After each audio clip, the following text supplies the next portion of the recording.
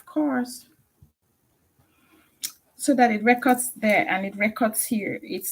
They are in sync with one another. I'm not going to be playing any song because I don't want them to charge me for copyrights. So today we are talking about narcissism, a narcissistic man. We are talking about a narcissistic man. I want to talk about it. I feel strongly in my heart to talk about it because most African women are actually going through this type or living with this type of men and not understanding why things are happening the way they are happening, right? And I feel like it's common here in the Western world. I think it's coming. By the way, my name is Miranda and I go by Mimi. Yes, for short.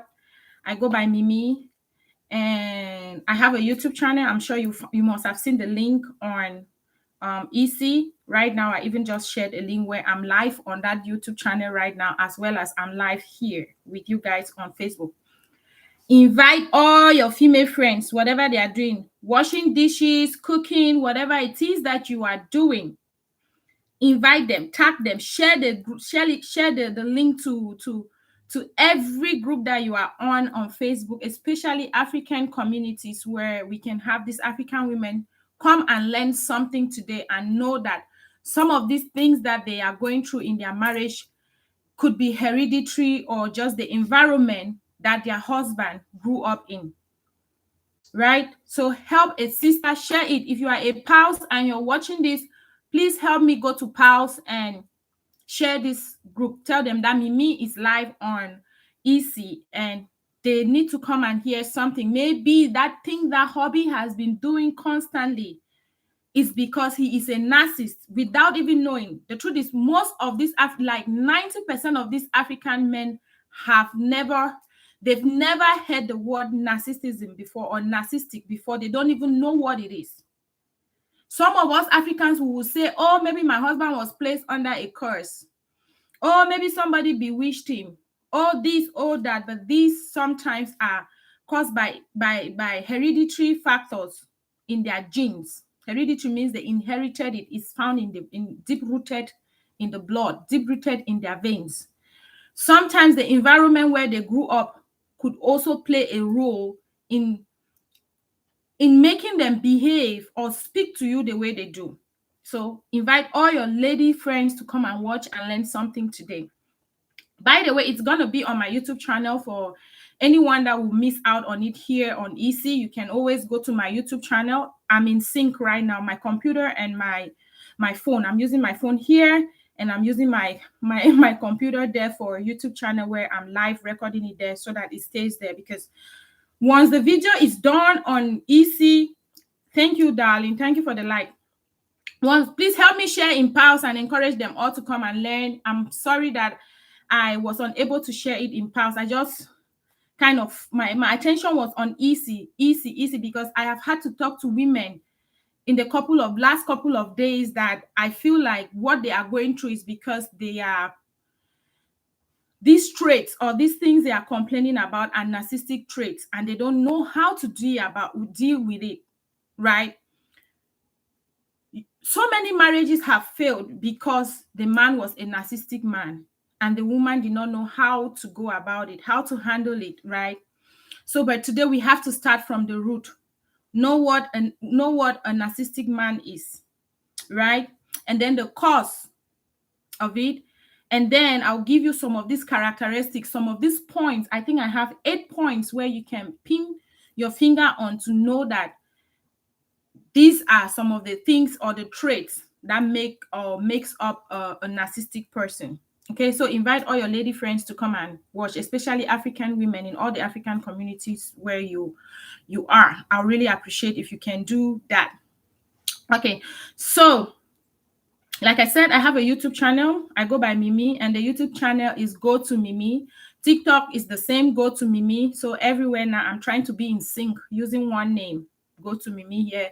Facebook, everywhere is gonna be go to Mimi. Okay.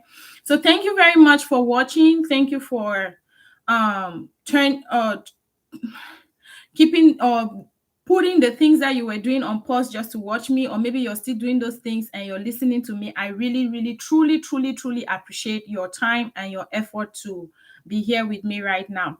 Thank you. Thank you. Hey, beautiful. Thank you, ladies, very much. Thank you. I really appreciate. Without you, I will not sit here to talk today, but I was inspired to talk about this because in the past couple of weeks, I've heard one and the same story from different women who have contacted me.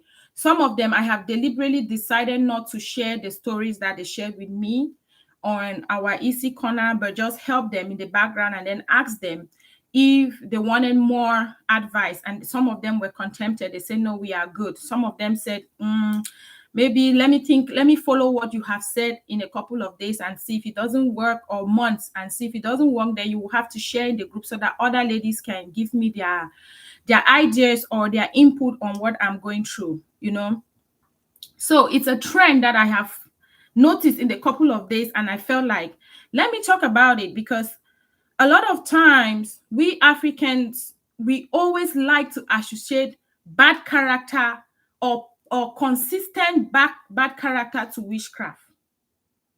We always like to associate consistent mistreatment to witchcraft, to bewitch. Somebody bewitched you, somebody did this, maybe he was bewitched or this or that. It is not normal, right? But sometimes these things are normal, are hereditary. Look in the time of in the days of Isaac, when Isaac was about to get a wife. Abraham sat down his servant and gave him instructions on who to find and the household where he should bring a wife from.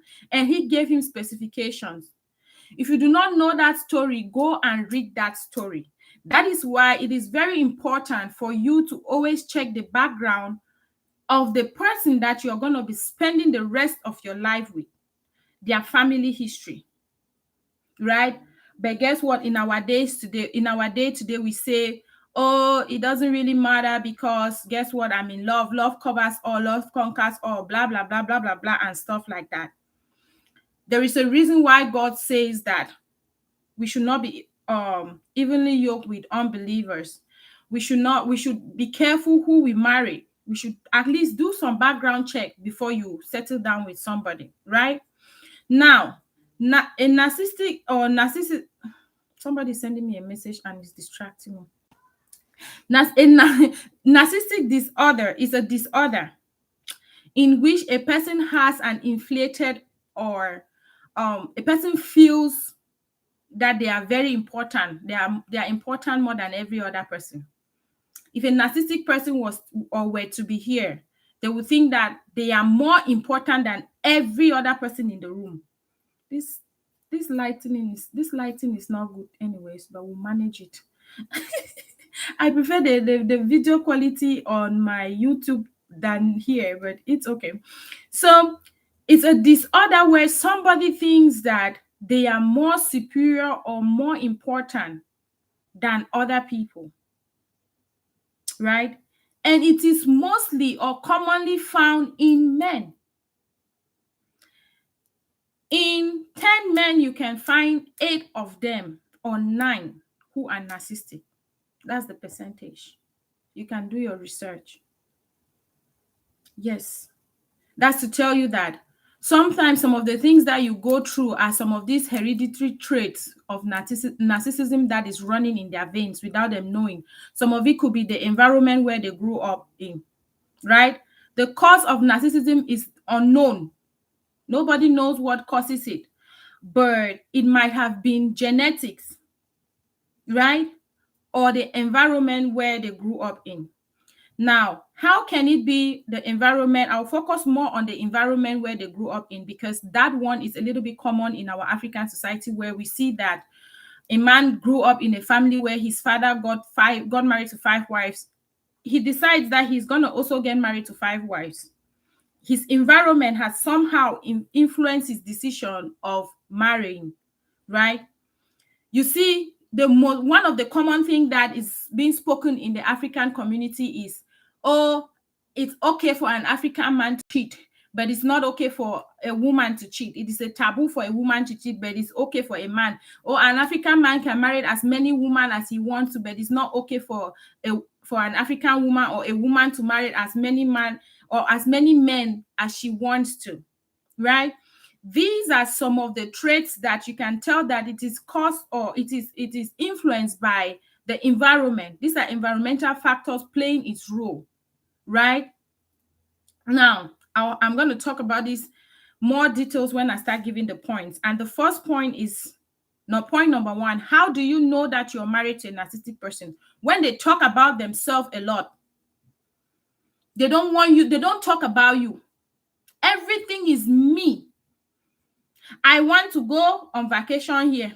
I want to do this here. I want to, everything. They are selfish. They are self-centered. Everything has to be with them. Everything, they come first. They don't care who is standing there. Their children are not coming first. Their wife is not coming first. It's them. Everything they have, they talk about themselves a lot. There's no way they will ever give you credit as a woman. When they are seated in a public place and they're talking about, or maybe they are talking about their wives, you will hear a narcissistic person, he will never, ever open his mouth to talk about his wife because he feels entitled that everything should be about him.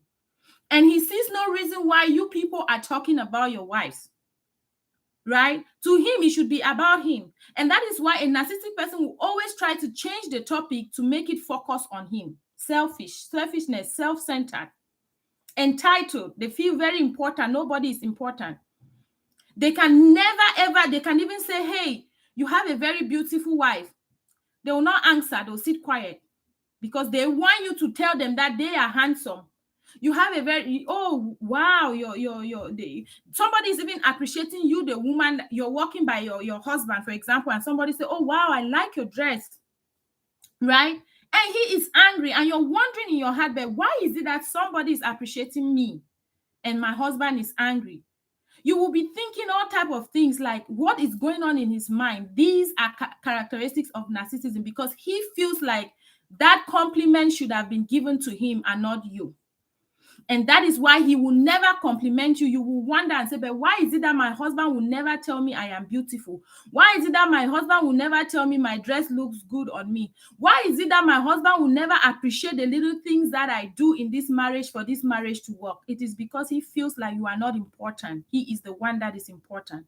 He feels this, he's inflated with importance. He feels like it is him. It is supposed to be him. So how dare you take the credit? And that is why you will see that in the Western world, it is okay for a man to be a stay-at-home man or husband. But it's not okay in the African world, right? Because Africans have not, or most Africans or African men have not understood that even though you stay at home, you are also important, right? An African man who feels like he is entitled because he brings that money and you stay at home, wash the kids, clean the house, do all of those things, you are not as important as him, right? This characteristic or this trait is mostly found with narcissistic men who can never appreciate. You are wondering, maybe you are that woman who is wondering, but why is it that my husband has not been appreciating me? No matter what I do, this man does not appreciate me. What is going on? Start thinking, is he a narcissistic person? Is that why he's not being able to appreciate you? When people appreciate you, is he angry? Does he brag about you? Does he talk about you, my wife and I, or is it me? There was a time I. You sit in a group of friends, you're discussing, and he's focused only on him. He's talking only about himself. And you are there as the wife, you're talking about, oh, my husband and I. Oh, guy is not even feeling the vibes that you're giving. It's focusing here. I will be doing this. Narcissism is mostly found with men. That is why anybody will come and say, oh, but there are women that are doing this. Statistics have shown that it's a common thing with men more than women. In a hundred, you can pick maybe just 10 or 20 women with narcissistic characteristics in them, So today I am not talking about women who are narcissistic, but I'm focusing more on the men because in the past weeks, like I said, I have had to talk to women who have been saying the same thing. I'm seeing the same trend in all the different women that I've spoken with. So it means that a lot of African communities don't know about narcissism. You will be struggling thinking that, but what is it that I am doing that is not right? That is not making this relation. The problem is not you, the problem is him. It's a disorder. It is either caused by his genetics or the, like Google will tell you that the cause is unknown, but it might have been genetics or the environment where he grew in. And most at times I will associate it to the environment where he grows or where he grew up. It must have influenced him in one way or another. Most men who Hi Chifu Claudette, hi dear. Most men who grow up in an environment where cheating is common, guess what? When they get married, they think it is okay. They adopt it. They cheat here and there, left and right, because what? It was deep rooted in them in the environment where they grew up. Sometimes they'll say, I don't even want to do it, but I don't know why I'm even doing it. Right? Some people even grow up. Imagine somebody growing up in a house where there are a group of thieves. At one point in their life, they will say, oh, let me also steal. Even if they don't steal, the other people, those who steal will influence them to do it. Right? So narcissism is more of, to me, in my understanding, it's more of your environment where you grew up. Right? The next one will be superiority. Right? They feel superior to other people. Like I said, if talk about themselves, they feel like they are superior to every other person. Have you seen where a narcissistic person is running you down as his wife? He will not give you any credit. He wears a nice dress. People are saying your dress is nice. He cannot say, oh, thank my wife, or my wife bought this dress. Hi, dear. Hi, Tembon. He cannot say, thank my wife for this dress, or it is the handwork of my wife. He will not say that. A narcissistic person will not say that. Right? Because he wants to be superior. He wants to be the one that, in fact, is the first person that you talk to about every other thing. You even go to the house and you think that you can ask questions about the kitchen to the wife of the house, but he wants to answer it. He makes you know that this is his house and you should come back to him to ask questions. You should come back to him and not go to his wife. He feels like he is entitled to everything. He is superior. He walks in a room where every other person is, and he's just belittling people with his eyes or the way he talks or the way he behaves, right? And then the lie with this superiority comes with a lot of lies, because they know that when they run you, the wife, down, maybe to their family, it makes them superior. It makes them feel good about themselves. It makes their family see you as that evil woman. It makes their friends see you as that evil woman, so that they become superior. Most of them, you will be wondering, but why is it that my husband badmouths me to his family or his friends? You will wonder and wonder and wonder till you will think that there's a problem, until you start figuring out that you're married to a narcissistic person, and how can I handle it? How can I deal with such situations? Now I know that a narcissistic person is somebody who wants to talk about themselves, is somebody who likes to feel superior. Should I give it to him, or should I get out of the relationship? Or should I fight with him in the sense that when he wants to be superior, I too show myself that I too want to be superior? This is for my hair. Sorry, ladies. Let it be there. We are all ladies, we know. It's for my hair, to tie my hair. So I just saw it and I'm like, what is that?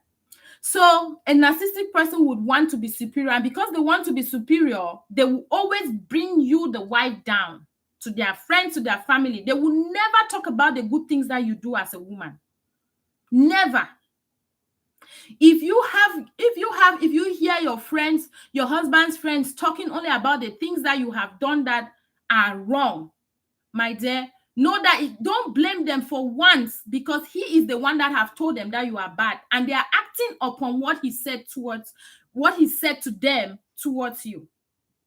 When they come to your house and they disrespect you and they do the things that they do in his presence, know that they are acting based on the things that he has told them. A narcissistic person will never ever say he has a good wife. A narcissistic person will never ever appreciate his wife in the presence of his family or his friends. All he would do is that woman, waiting she sabi self, he will badmouth you like this, and you will wonder. You will wonder, is this not this person that we just made sweet love this morning? What is going on? The next minute he turns his back, you have become this demon, that this evil woman that, and then the family too, because guess what? Most African communities or countries do not know about narcissism. They associate it to curses, to witchcraft, or maybe a girl bewitched him, or maybe he did this or that, and he promised marriage to a girl, he did not marry her, so she did this and that, right? These things are caused by environmental factors, your upbringing, your background, right? Always, if you have problems with your husband, exactly, they always feel superior. And when they feel superior like that, it makes the woman start having low self-esteem, to the point where you see a woman will say, I will not follow him to that meeting, because when we go there, he talks down at me. Because he wants to feel that superior. He wants to feel superior to you. He wants to bring you down all the time. If you have a man that is not supportive of you, he's a narcissistic person. He is supposed to be supportive of you as his wife. If you two are together, he's supposed to see that the two of you grow. Stop asking yourself, but what is it that I am not doing right? It is not you. It is him. And the moment you start understanding some of these factors, you look inside his background, where he grew up, right? I have also done that in my own marriage, where I look at his background, look at my own background, put the two of them together and try to understand what is happening, right? You could have grown up in a background where there is so much love. Your family has this so much love. Your family is united. But he could have grown up in a background where they don't even know what love is all about. Father got married to so many wives, and guess what? It was a power struggle thing. It was, you hold papa, you take money for school fees kind of situation. If you don't hold papa, no money for school fees, no food. A kind of situation like that, right?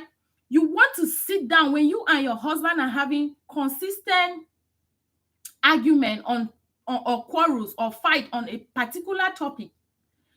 Pause and look at his background. When you look at his background, the way they handle those kind of issues, then it will come to your mind that all this while I have been fighting the environment where he grew up, his background. I've not been fighting him, because guess what? You could have grown in a house where you eat 3 square meals a day, right? Breakfast, lunch, dinner, and maybe he grew up in a house where they eat just once a day. All of these things, they play a role in your home or in your marriage, right? And then there is this power struggle also that was that God said it after Adam and Eve sinned. God said it, that you two, husband and wife, you will always collide with each other for power struggle, to fight, right? One will always want to be superior. One will always want to be superior than the other, right?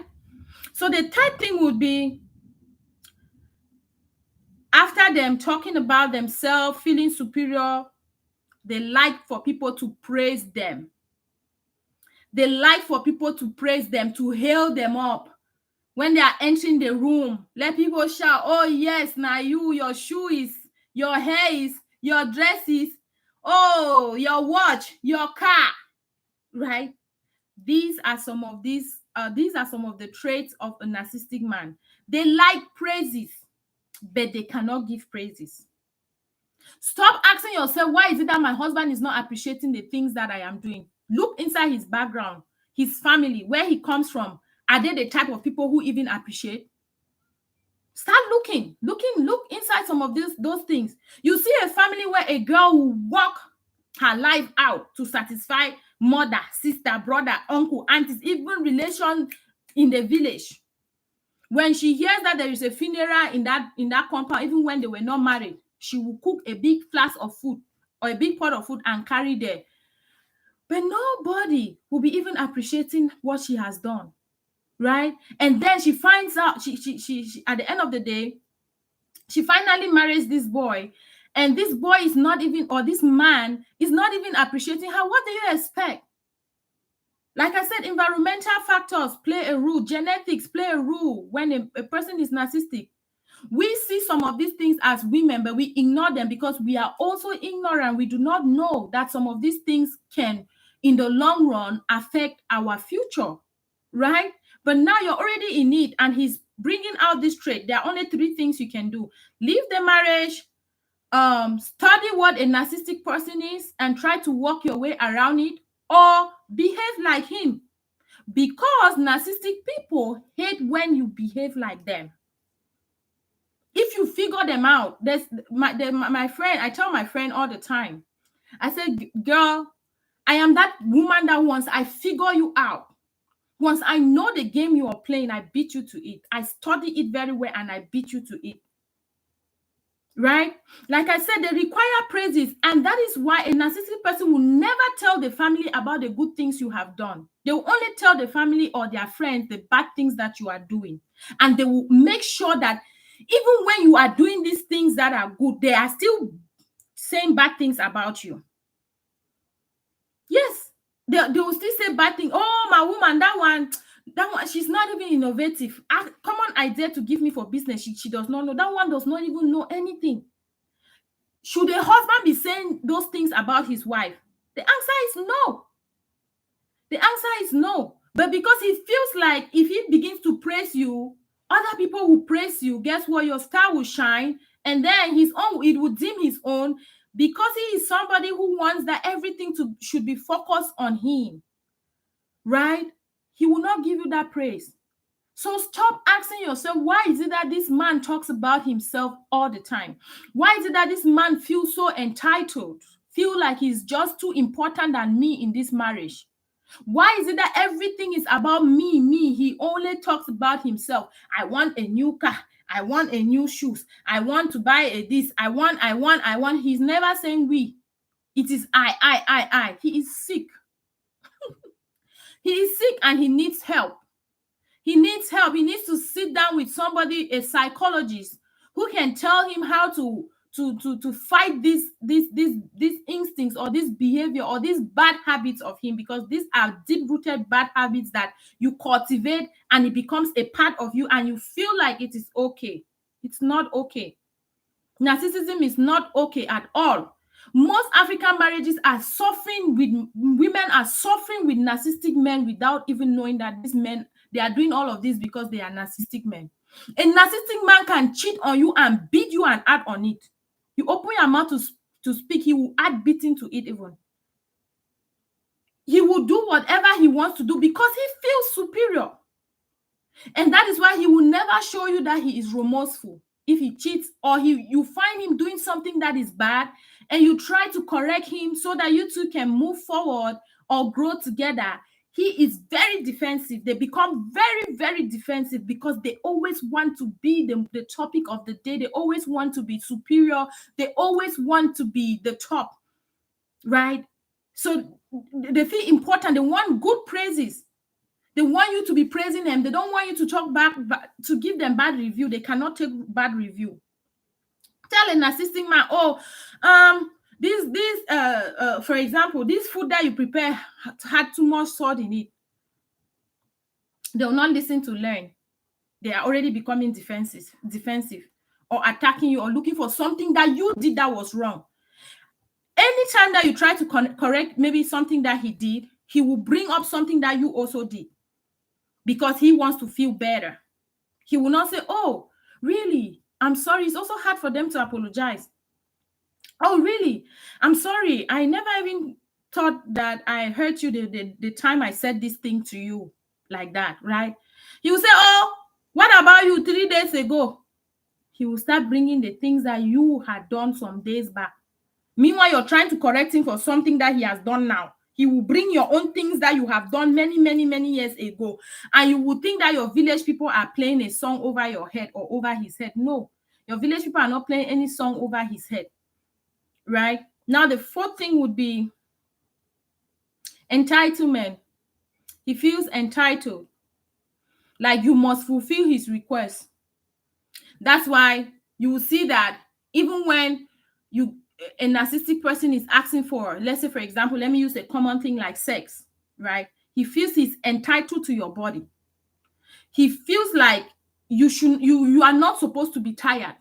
You're not supposed to tell him no. He feels like anytime he is ready for it, you should be ready for it. He doesn't care whether you are wet, ready for it or not. He doesn't care whether you are tired. He doesn't care whether you are in the mood or you're not in the mood. He doesn't care if he made you angry and you're trying to use that period to correct him for something that he did, right? He feels entitled. Like it is my right. I have to do it. And how dare you, right? They just have, I just feel like sometimes I just say in a nutshell, a narcissistic person's empathy is dead. They don't have empathy. They don't know how to empathize. And even if they want to sympathize with you, it becomes a fake sympathy. It's not really sincere. Thank you, my darling sis. Share to pals. Let pals come and enjoy. Thank you. And those of you who have not joined Praying African Wife, under this video, if you want to join, let me know so that we can add you to pals. Okay, Praying African Wives. We are women from all over Africa, all over the world. We meet on WhatsApp to talk about the Bible, to pray, to laugh, and talk about even topics like this. We share our problems in there and we help each other, or we help one another to answer these problems. Prayer requests, fasting, and other things are going on in that group. So if you are interested, make sure to comment there that you're interested, and then one of the admins, I see a couple of admins here, they will contact you and share the link with you, or they add you inside the group. So a narcissistic person feels they are entitled, right? Whereas you are not entitled. Tell a narcissistic person that you want him to do some goodies on you. He will tell you how tired he is. And if you insist, he will shout and add on it instead of begging you and say, oh, mama, give me some time. Let me rest. I'll come when I rest. And, they will not say that. They are always wild, very wild. Anger issues. It is even worse again when a narcissistic person has some anger issues. The fifth point is take advantage of others. Narcissistic people like to take advantage of others, most especially the ones that are closest to them, their wives, if they are married. If they are not married, co-workers. You will see some narcissistic people at your job site when you're working. They want to take advantage of you. You will do their work. Highest they will tell you is thank you. The moment you mess up, they are the first people to go and report you to the supervisor, so that they can receive all the praises. Like we said before, they like to receive the praise and they like to be superior. They like to take advantage. And then this taking advantage come alongside being manipulative. They like to manipulate their way around things. They don't like to do things straightforward at all. They will just be doing one ben conny kind of things. The sixth point is envious of others. Yes, it is being envious that makes them talk a lot about themselves. That makes them feel like they are superior. That makes them to require praises. The first person they are envious of if they are married is their wives. Yes, your husband could be jealous of you. You may not even know it. And because he is your husband, the way this jealousy comes out, it comes out in the form of bringing your self-esteem down. You have to be a smart woman to be able to put your finger on it as to why is this man treating me the way he's treating me. Especially if you know 100% that you have not done anything wrong to him, and out of a sudden he's just becoming this big bad wolf. When all you are doing is trying for the marriage to work, and he's doing absolutely nothing, and he's proud about it, saying, I'm not doing anything for this marriage to work. My dear, he's a narcissistic person. He's wicked. He's wicked. He is deliberately being wicked. He's deliberately doing the things that he is doing just so that it will get to your skin and cause you hurt. They are very happy when their wives are sad. Ask yourself a question: why is it that my husband is always excited when I'm sad? Instead, yes, ask yourself a question: why is it that this man is at his happiest when I'm sad? It's not supposed to be like that. When you're sad, he's supposed to feel your pain. He's supposed to dry your tears. He's not even supposed to cause you pain. The moment you start telling him that he is causing you pain and he stops, know that this is somebody that is reasoning well. But if he takes delight in making you cry, in making you be in pain all the time, you're complaining about the same thing, hoping, expecting that someday you will wake up, this man will say, yes, I deserve to treat my wife better. My wife is really hardworking. You know, my wife, I come back home and I eat good food. I come back home, my clothes are washed. I come back home, no, this woman deserve my appreciation. And yet nothing comes out of his mouth to say, hey, madam, I really appreciate all that you're doing for me, my dears, because he does not think that you deserve praises. He's the only one who deserves praises. And that is why when visitors come into your house, he will be talking about the things that he has done, so that these visitors will begin to know that this chair that is standing here, he is the one who bought the chair. This thing that, so that they will give him praises. Oh God, you too much. Oh God. When they are giving him praises like that, his heart is sweeting him. And then at the end of the day, he feels satisfied. Like I said, there are only three options. You leave him, you stay there and become him, or you study the game and you beat him to the game. Right? And maybe in the days ahead, we'll talk about leaving, what to do if you want to leave, if you want to stay and fight the fight, and if you want to beat him to the game. Maybe I'll give a little brief of this towards the end when I'm ending, right? They are very envious of others. A narcissistic person does not want you to achieve anything. How dare you want to go back to school? Are you stupid? Are you mad? So that tomorrow you become a doctor. And me, I'm just still with my first degree. And people will be calling you doctor while I'm working with you. How dare you? That's one of the characteristics of a narcissistic person. Yes. They will not want you to progress. They will not want you to prosper. They will not want you to do anything that will give you praises. Anything that will shift the focus on them to you, they will not support you. Stop asking yourself, but why is my husband not supporting my small business or my business? Why is it that when I start a business, he tries for that business to crumble? Why is it that I make suggestions and he's just killing them? It's because he wants that everything should be him. I just read a post on EC where a lady was talking about their son being sick. Sister Tony posted that thing. Their son being sick, and her husband, when she says it today, he will not care. He will not bother about it, and then he will bring it up the next day. Let it look as if it. That is one of the characteristics of a narcissistic person. They don't want you to take credit for anything. They want everything to be them centered. That it is me who gave this woman this idea. It is me who did this. It is me who did this. It is me who did that. Right? So, very envious people. When you walk around narcissistic people, men in particular, these are the type of men that can easily go as far as killing their fellow men, right? Or even killing their wives. You want to show that who do you think you are? That will be walking in public and people will be giving you praises, and I am your husband walking around you. The ego, you want to bring my ego down? Are you crazy or what? You will stay in this house and you take care of these children.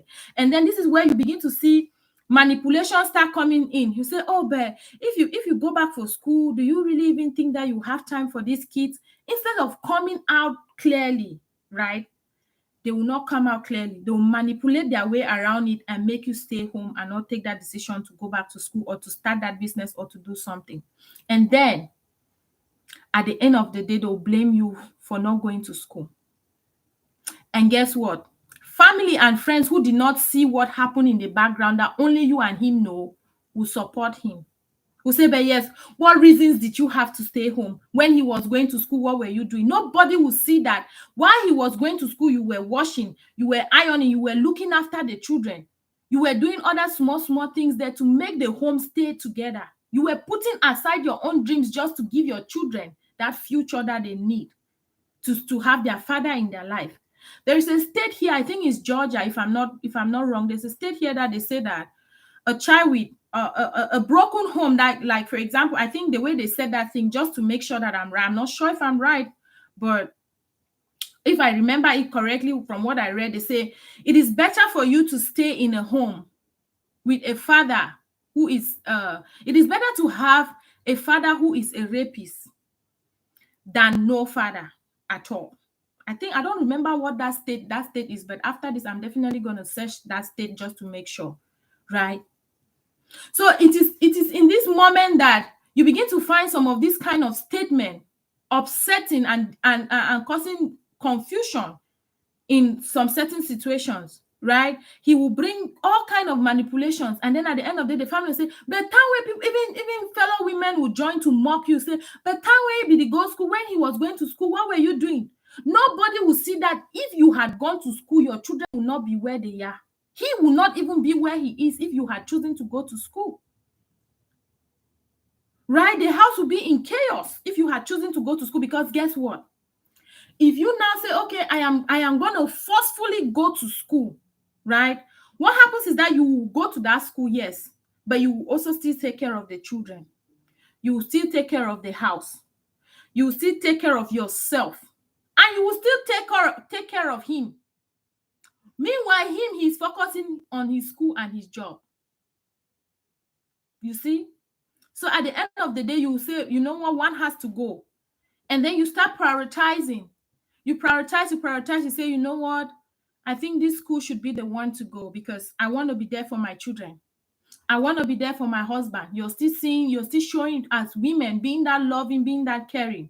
You say, I want to be there for my children. I want to be there for my husband. I want this marriage to work. You're fighting, you're pushing it. So guess what? Let my school wait. It's okay. I can do business here and there, right? At the end of the day, he will not appreciate what you have done, that you have given up your own dreams for the sake of his and for the sake of your children and the family to stay together, right? So narcissistic people, not only are they envious, but they are very manipulative. They don't want you to achieve anything. Anything you want to achieve, let it be it was them who gave that idea or that suggestion. You even give them good idea, they will not take it. Ask yourself, but why is it that every time I say something to my husband, he does not want to listen? You will see that your idea is really good. That if this man should just listen to you, you two will be the power couple that nobody will be able to separate, but he will not listen to you, my dear. He's not listening to you because he does not want you to receive the praises at the end.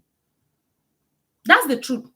He does not want people to praise you at the end. He does not want somebody to say, oh my goodness, this house color is good. Who made the choice of this house color? Oh, wow. And then he should tell them that it was my wife. No.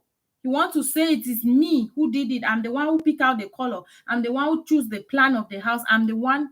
Selfishness, self-centered. It's all about me. It's all about what I want. Right? And then the second one will be competition. They compete with their wives.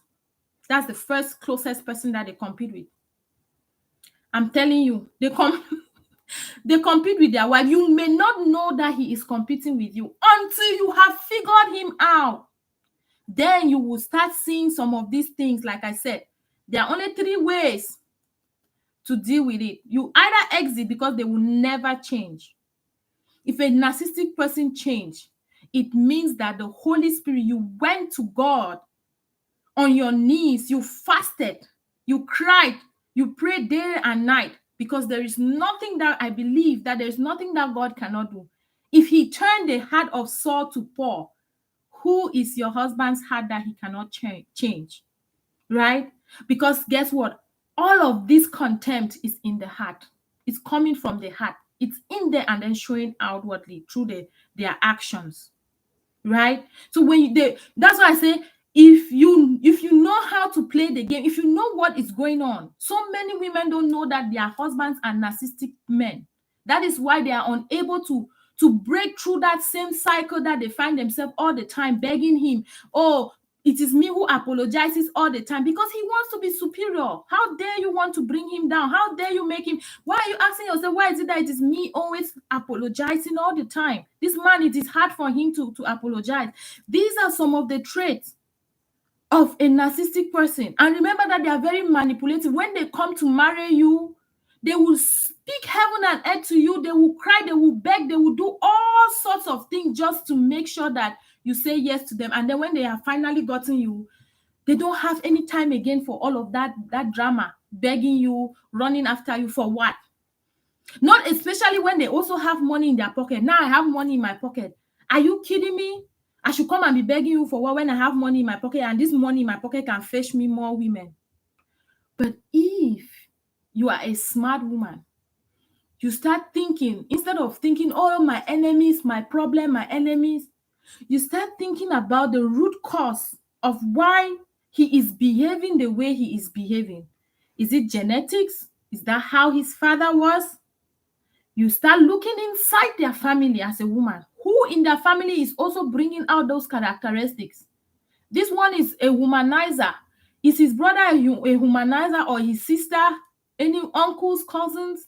You start looking, and when you understand the trends in their family, their background, and then you understand the environment where he grew, you put the two together, you'll be able to beat him to his game. He will come to do all of those drama. You say, not today.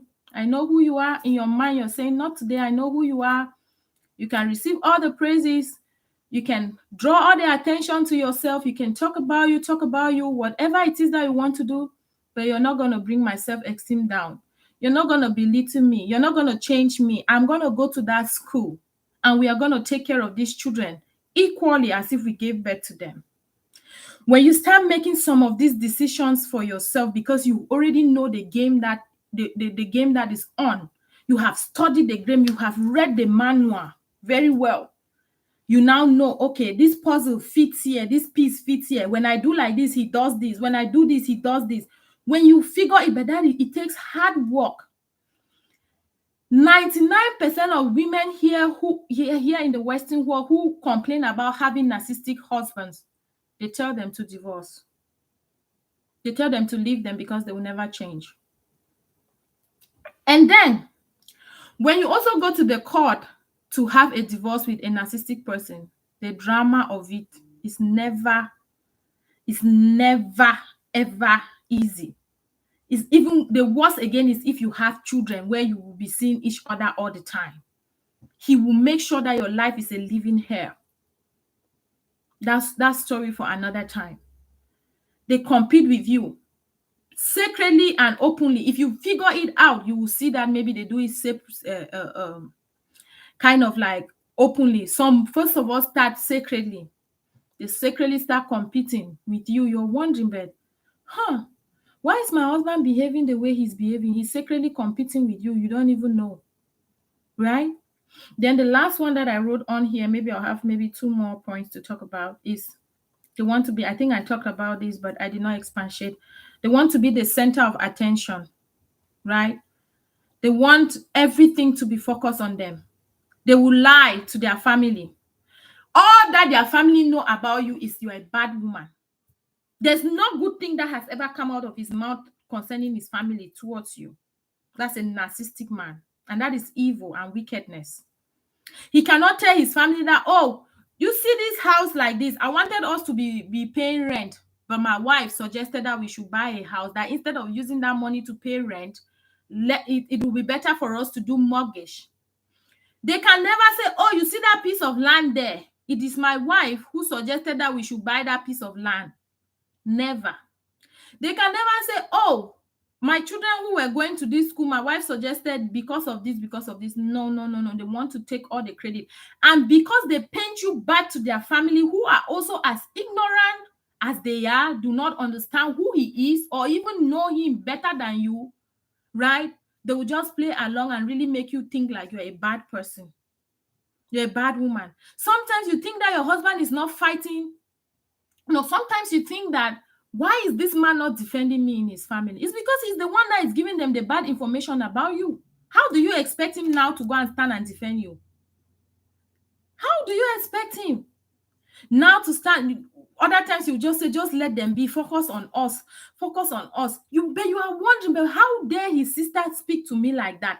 How dare his mother behave to me like this? Why are they doing this to me? Why are they saying all of this? He is the one that has painted you bad and evil to them, and that is why he cannot stand to defend you. And that is why he would just manipulate himself about it, around it. Tell me a man or show me a man who truly loves his wife and the family starts to throw stones at her and he does not stand to defend his wife. He will stand and defend his wife. But you see some of these narcissistic men, they will rather die than tell their family, stop doing this thing to my wife, because guess what? They are the ones that have gone there and tell them, oh, do you know that the other day I was the one who gave the children bath and drove them and dropped them off at school? So what? Are they not your children? And then when they begin to bring these silly complaints to their friends, say, hey, my wife was sleeping the whole morning. It was me. My wife asked me to give our children a bath and give them breakfast and drop them off at school.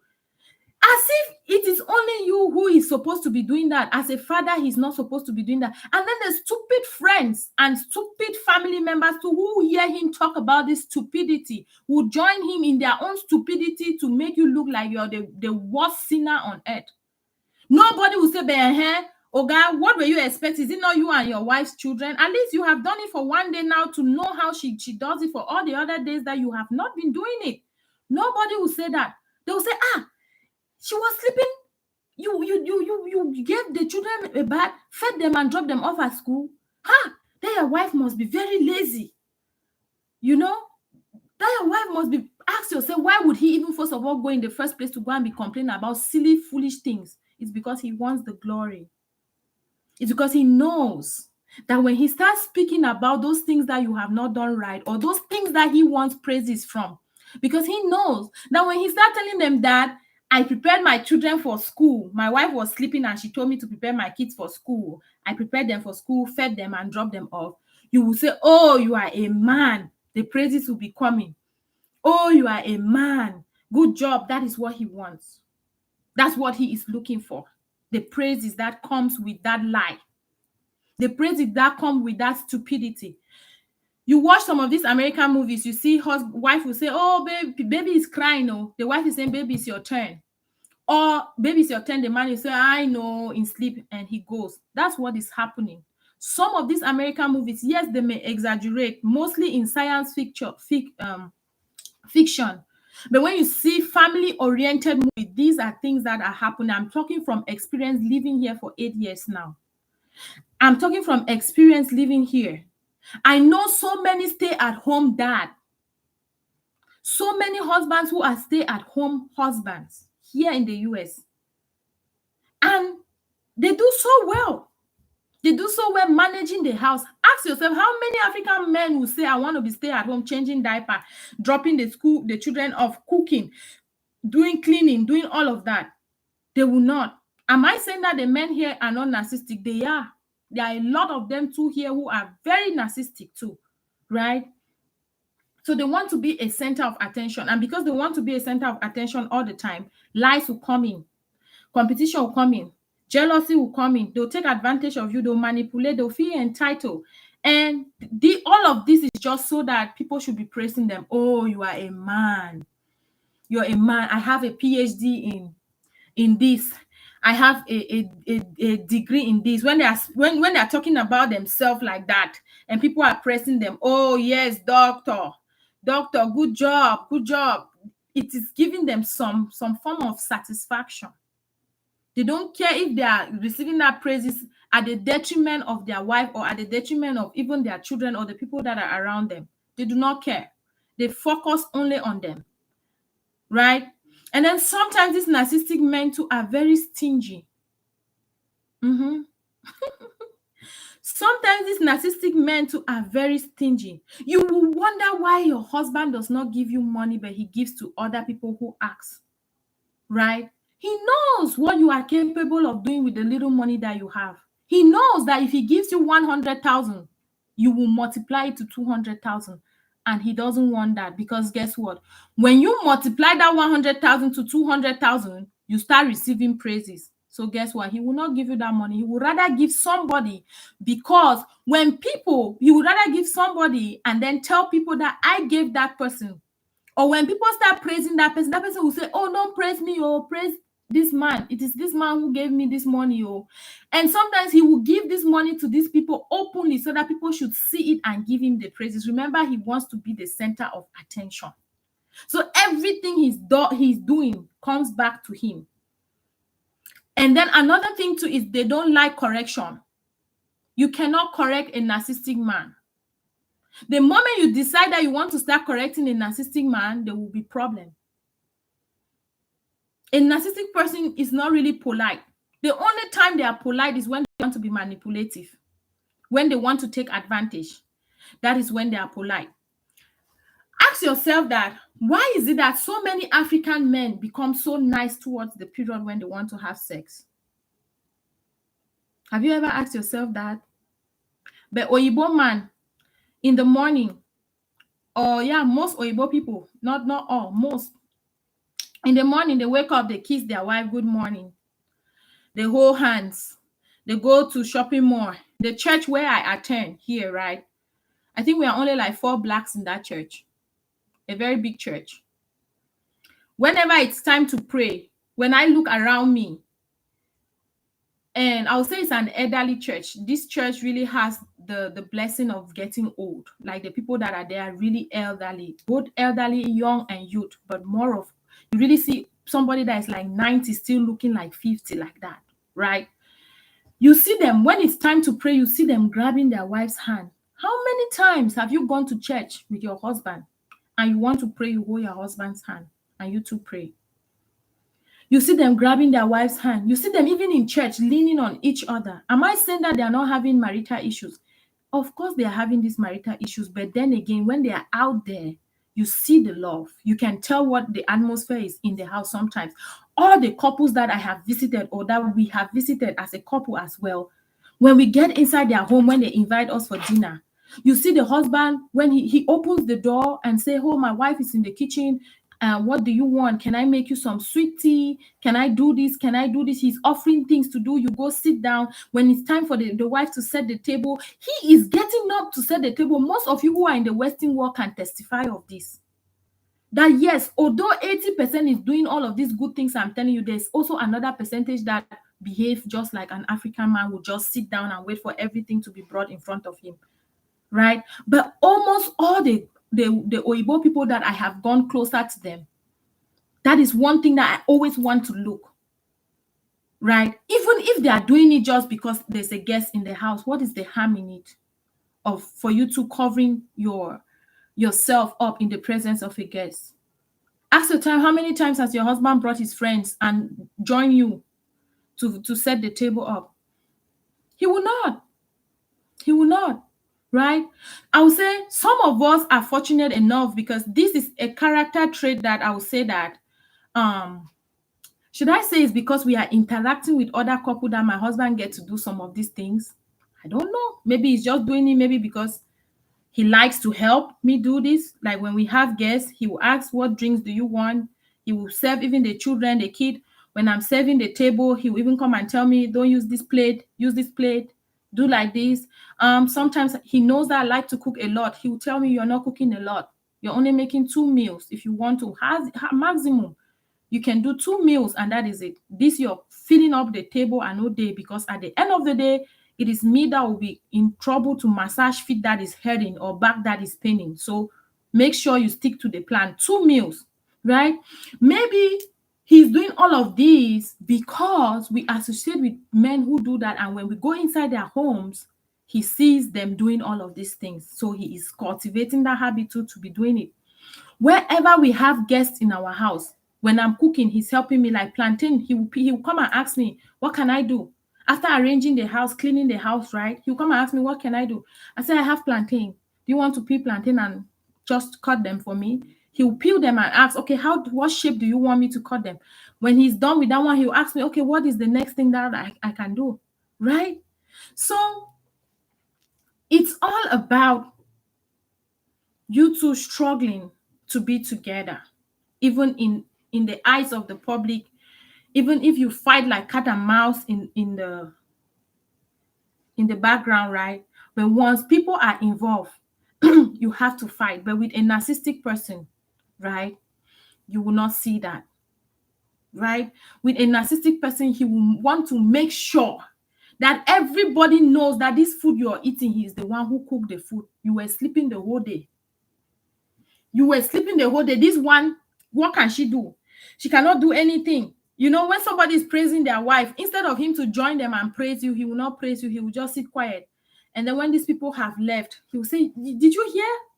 Did you hear what that woman does for her husband? Do you hear how much she makes? He will be using that experience of that other woman to bring you down, to make you have low self-esteem, and then they pass now through that low self-esteem now and make you feel like they are your God. Without them, you cannot breathe. Without them, nobody else can love you, right? To tell you, oh, I appreciate you, the little things you're doing, they will not. It's hard for them to tell you that. Most times, look at their background, like I keep saying. Look inside their genetics. Look inside their family. Look inside the environment where they grew up. Maybe all of these things he's doing, he never saw his father. Maybe he's not giving you money because he never saw his father giving his mother money. Maybe he only saw his father just buying the food items and his mother was cooking. And he grew up to think that that is okay. But he does not know that he can actually change to do what works for the two of you and not what works for his father and his mother. Right? When you begin to understand the reason why he's acting the way he's acting, you now start looking for solution, how to go about it, right? A narcissistic person does not like you to challenge them. When you begin to show as if you want to challenge them, problem.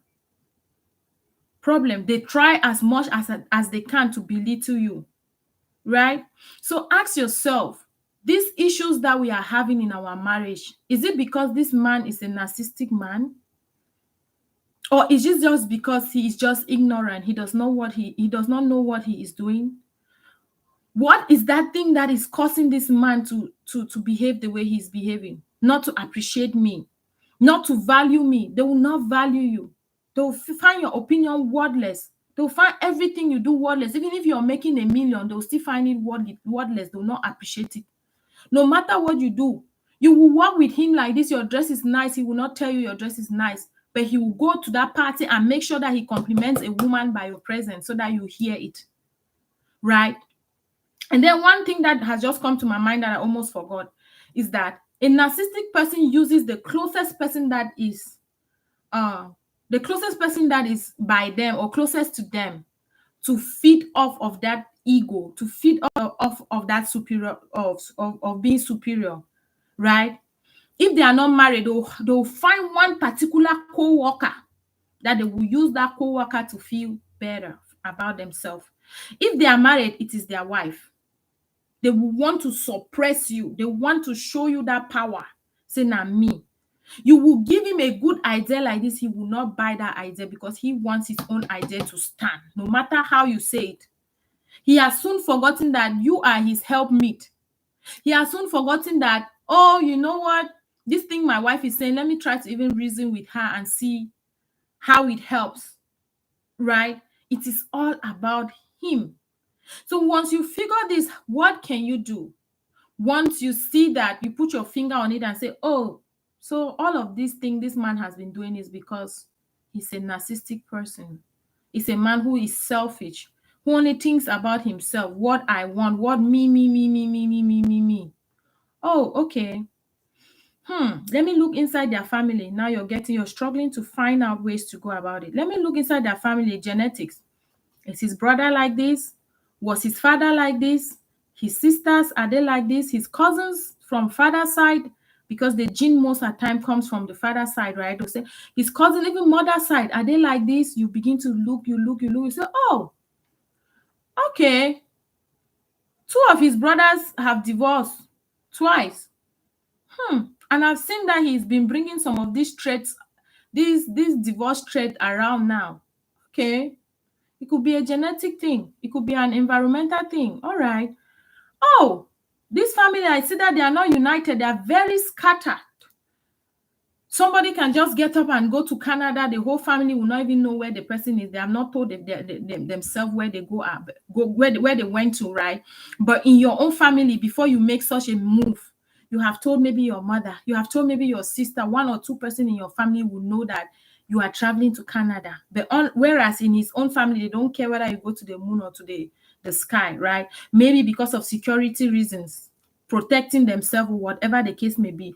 But you have to struggle to assess, to do a full assessment in his background, his genetics. Then when you finish with his genetics, you look inside brother, sister, and him, and father, and even some uncles, grand uncles. You look inside. When you pin your finger on those traits that look the same as the ones that he is portraying, you say, okay, this makes sense. This is now aligning. It makes sense. Now you get inside his environment where he grew.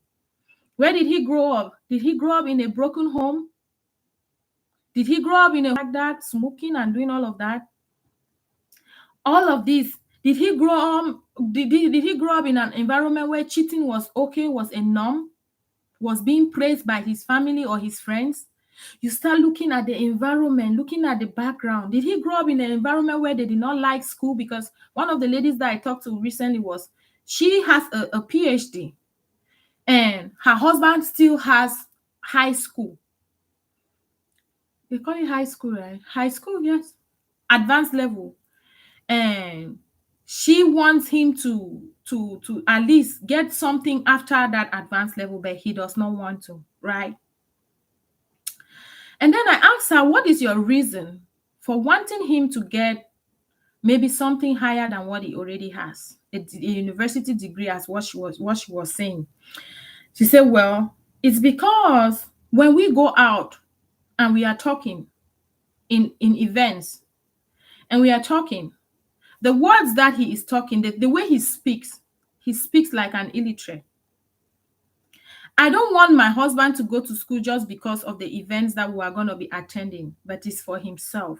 Because the way he reasons, he does not reason in my own level, and we constantly fight, right? My husband is that person that would rather go, she was explaining, she said, my husband is that person that would rather go to the market 50 times than go to the market one time. It's not as if the money is not there, right?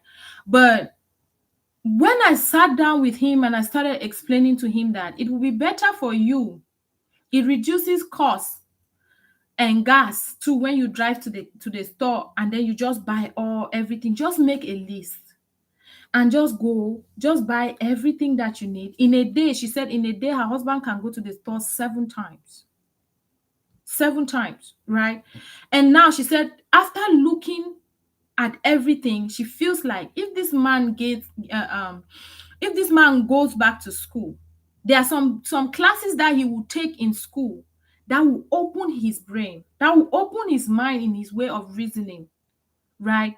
She's not doing it because she is a PhD holder, but it is for his own help, for himself, to be able to stand somewhere that even when they are speaking, even at his job site, they have promoted other people without promoting her husband. And she feels like it is because of the way he speaks.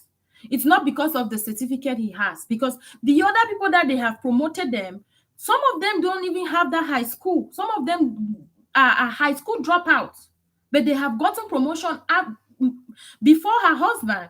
And she says it's because of the way they speak, right? She believes that it is because of the way they present themselves, and she wants him to have this manner in which that he presents himself, not like I am too educated, but like at least I know what cost is all about. I know what management is all about. I know what saving is all about. I know what this is all about for himself. And he does not want that. I told her, after I spoke with her 2 days ago, I told her, I said, my dear, look inside his background. How many of them have a first degree in their family? She said, oh, I never thought about that. I said, yes, look inside his background.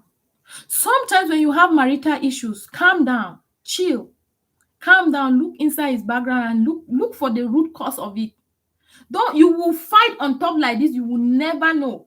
Let me give you an example, my own marriage, right? Let me first finish with this sister, and then I give you an example, my own marriage, about this background thing. So I told her, I said, look inside his background. Is there anyone there who has a first degree? She said, Mimi, why are you asking? I said, because if there is anyone there who has a first degree, that is the person that you should be targeting to talk to him. That is the person that will be able to talk to him and he will listen. Because guess what? He has seen that person accomplish and he has seen that person's life, right? But if there is no one in his family is contented with their advanced level. Who are you? If all of them are not, no one in their family is having a first degree. Your own family is good. You are the last born of your family. You have your PhD. Or everyone in your family has PhD, master, but in his own family, he is the only one. Guess what? At the end of the day, in all 7 of them, he's the only one even with a high school. The rest are doing businesses. High school dropout. The rest are high school dropout. So he even went to a certain level. And that is why he does not see any reason to continue, because he feels like looking inside his family, he's the only one with, like, he's looking. I'm the only one with an advanced level. I managed to get my 3 papers in advanced level, right? To them in their family, that is a big thing. But to you in your family, advanced level is not a big thing. So I want you to begin to understand things from his perspective, from the way he looks at things. When you begin to understand these things, you will know how to go about it. Otherwise, you will fight him from January to December. He will chop fire. He will say, I'm going to no school. That your school, you only want me to go to that school. That's what he will be thinking in his mind. You only want me to go to that school because or he will not even say that. He will say, oh, now because you have become a doctor, so you want me to also become a doctor, because so you have become a doctor, you don't want me to drink water and this and that. Right? He will never see any reason with you, because guess what? There's no one in his family who is a doctor that can guide him and push him towards that direction. Now, after looking inside his immediate family, she did not see any person. I said, okay, look inside extended. In the mother's side, go to the mother's side, look inside his cousins. Hey, small mommy, how are you? You had fun? You want to go bring me water? No. She said no, because she sees this one here. I have water here, by the way.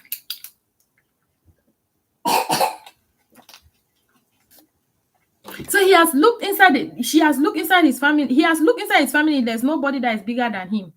So who are you to come now and be telling him to go and get an education when he's the best in his family? You know, I said, look inside his mother's side, look inside his cousins, look in his family, pick that person that you want him to look up to, that person for advice or something, and then you talk to him about that person, or you go talk to that person about encouraging him. Don't talk as if you're complaining. Just tell the person to be closer to your husband first. Let that person create their own relationship with him. From time to time, when the relationship has become solid, give it 2 years. Don't hurry. Give it 2 years. He will be the one even coming to tell you that the way Peter is bragging about this small certificate, this small barrister where Peter don't be now, go they like say, he go enter my head there. I'm going to school. He'll be the one. He'll be the one. Push him closer to that person that has gone to school, that you want him to have that should I say, that experience with the person. Let him experience the way that person talks, the way that person moves. It will motivate him to want to be better for himself and for you, right? He'll be the one coming back to tell you, the way Peter did brag now, I'm going me back to school. You'll be like, yes, right? So talking about background, my husband is a type that does not like pictures, right? I thought that maybe he did not like pictures, maybe because I like pictures a lot. I take a lot of pictures and I bother him from time to time. Take me a picture. And he sometimes he will take it.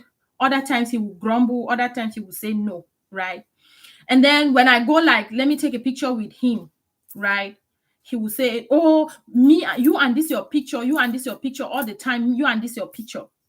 I don't want me picture. I was already becoming offended. Like, I was really becoming offended. Even posting him on Facebook, he did not want it. He does not want it. He wants a very private life. He's not on any social media. The only social media you'll find him is, to the best of my knowledge, let me make that point of correction. To the best of my knowledge, the only social media where he is LinkedIn for work, right? You will not see him on Facebook, to the best of my knowledge. Maybe he has an account on it. I don't know. But to the best of my knowledge, he's not on Facebook, he's not on LinkedIn, he's not on TikTok, he's not on any of these places where you think that he could be on. He's not on there. Maybe he's there with a different username, whatever the case may be. But to the best of my knowledge, I know that he's not on any of the social media platforms, right? Maybe he's there with a different name, watching what his wife is doing. Who knows? Who knows? I'm doing me. So he said, I don't want you to be posting me. To me, I felt like, oh, you don't want me to be posting you? Why? I started feeling suspicious about it. You don't want me to be posting you? Why? And stuff like that. He said, oh, we can take pictures. We print those pictures, put them in the house. We can send the pictures to family, send them to friends on your phone. Just send the pictures to friends, but sharing it on social media, you know, I'm not a social media person. I don't like social media, blah, blah, blah. You know, a woman's head, right? You will just be thinking, oh, you don't want me to post you so that your girlfriend should see you. You don't want me to post you so that all the things that you've been doing, right? That is a woman's thought, or the first thing that will come to your mind. But actually, there are people who do not want to be exposed like that. It is until when. Let me see. I don't know. I think it's a seed that you guys brought from school or something. It is until his mom visited us and we were talking about picture. I think the topic of picture came up and we're talking about picture. And then the mom said their father never liked pictures. I think I only have 1 or 2 pictures with him. The whole time that we were married, he hated pictures. Right? And then I'm like, oh, this could be hereditary because he does not like pictures. Even just to take, it's not only a matter of sharing those pictures or posting them, but taking it too. He does not want to take pictures, right? It is when she said it, she said, oh, their father never liked pictures. I was like, oh, okay. She said she can remember there was a time that she had to insist that they should go get a picture bird. He did not like pictures in general. So I was talking to one of the family members who is married to my husband's cousin, my husband's father's brother's son. And she said, oh, Mimi, you won't believe that he asked me not to post pictures online on Facebook or this social media because he's not on any social media platform, blah, blah, blah. He hit me. I said, but that's the same thing that his brother said here to me. Could it be that this family, these people, they don't like pictures? Lo and behold, it's not only the men, even the women in that family. They are not my type of people who do show. I know that I show. Yes, I'm not gonna deny it. I'm that type of a person that if I'm in the restroom, I'll use my phone and tell you I'm in the restroom, I'm brushing my teeth, I'm doing that right. But that is who I am. When I started looking inside the background to understand it, because I was already becoming angry and I was already becoming frustrated and I was already thinking that maybe this man does not want me to share him so that somebody will see him. You understand? But I said, no, but wait, let me not be fighting this man for when he's innocent. Him is just somebody who does not like picture. I heard from his mother that his father did not like pictures. Even his uncle too, or a few uncles too, did not like pictures. Now, I heard now from my Mbanya, as we call in Cameroon, my husband's brother's wife, that her own husband too does not like pictures. That one is even on Facebook, but has only 1 picture there since 2009. His profile picture. That's the only picture he has on his Facebook. And then I started doing a little bit of research. I looked inside. I started with my husband's immediate family. I looked at his brother. His brother does not have pictures too on social media. He's not. I think the only social media he's on is it's Facebook, right? I looked inside the sister's life. I saw that they don't even have them pictures too. They're not that social media people to take pictures like that and post them here. So I started understanding that I am not even supposed to be fighting this man. Like they always say on EC, women, we always say that what works for you is not what works for me. Always look at your environment, look at the root cause of the problem, and then try to handle it. Because if you want to apply what some other person is using in their own and it's working, it will not work for you. Because imagine that I think there was a day that I had already told him, oh, so you don't want me to post you so that those your small, small things will not see you, Abby. He was mad. He was like, so I cannot just not like something. So must everything be associated with that? You understand what I'm trying to say, right? So you want to always look inside the genetics, inside the environment where he grew. That problem that you're facing could just need a little fix. From that day, guess what? I post myself because I like pictures. He doesn't like it. That's his problem. If he wants to post himself, fine. If he doesn't want to post himself, fine. If I feel like posting the two of us, fine. If I don't feel like posting the two of us, fine. I post myself and my children and we are good. Right? I say, enjoy yourself. It's your own cup of tea. Right? And then another instance again in the background is he is this person who my husband would rather have one expensive good thing that he will use over and over and over again than have 30 cheap things that he will wear today, wear tomorrow, wear today, wear tomorrow, wear today, wear tomorrow. He's not that person. He would rather have this one pen that is very expensive and he will use it from January to December, January to December. Do you know that his mother said that's how his father was? His father was not the type of person that will have 50 things. He could have one pair of shoe. He can remove 50,000 and buy one good pair of shoe that he will wear that pair of shoe and enjoy it and enjoy it. When she says some of these things and I try to reason, I say, oh, so all this time I'm forcing this man, add this dress, buy this dress, or I buy this dress and he says, no, I'm not wearing. I do this, he says, no, I'm not doing that. It's all in the gene. It's genetics plus the environment where he grew.